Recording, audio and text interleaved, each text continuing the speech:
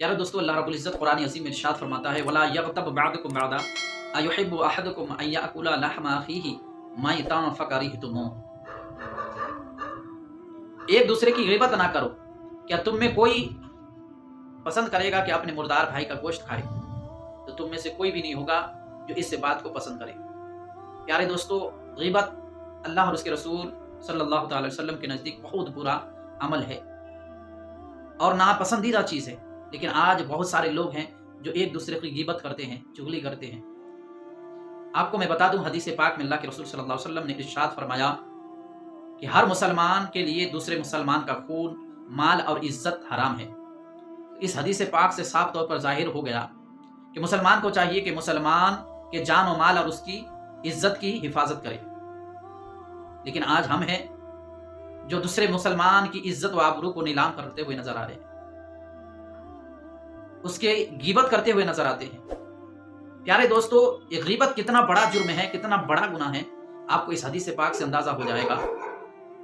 अल्लाह के रसूल सल्लल्लाहु अलैहि वसल्लम ने इरशाद फरमाया, ग़ीबत ना किया करो। बेशक ग़ीबत ज़िना से बड़ा गुनाह है। क्यों? एक आदमी ज़िना के बाद तौबा करता है तो अल्लाह कबूल फरमा लेता है, उसकी तौबा को माफ कर देता है, उसके गुनाहों को माफ फरमा देता है। लेकिन ग़ीबत करने वाले की बख्शिश उस वक्त तक नहीं होती है जब तक वो शख्स उसे माफ ना कर दे जिसकी उसने ग़ीबत की है। अब सोचे, अंदाजा लगाए कि उस वक्त तक उसकी माफी नहीं हो सकती है जब तक वो शख्स माफ ना कर दे जिसकी उसने ग़ीबत की है। अल्लाह की पनाह। प्यारे दोस्तों, ग़ीबत ना किया करो। ज़िना कितना बुरा अमल है और किस कदर अजीम गुनाह है इसमें, लेकिन ग़ीबत को ज़िना से भी बदतर कहा गया है।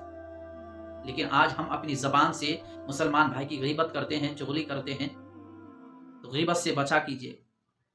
और मैं आपको बता दूं, हदीस पाक में है, अल्लाह के रसूल सल्लल्लाहु अलैहि वसल्लम ने इरशाद फरमाया, शब मेराज में मैंने ऐसी कौम को देखा जो अपने चेहरों को अपने नाखूनों से छील रहे थे। रसूलुल्लाह सल्लल्लाहु अलैहि वसल्लम ने इरशाद फरमाया कि मैंने मेराज की रात कुछ ऐसे लोगों को देखा जो अपने नाखूनों के जरिए अपने चेहरे को छील रहे थे। तो जिब्रील अमीन ने अर्ज किया, या रसूलुल्लाह सल्लल्लाहु अलैहि वसल्लम, ये आपकी उम्मत के वो लोग हैं जो लोगों की ग़ीबत किया करते थे। तो ग़ीबत से बचे, ये बहुत बड़ा गुनाह का काम है। किसी की ग़ीबत ना किया करें।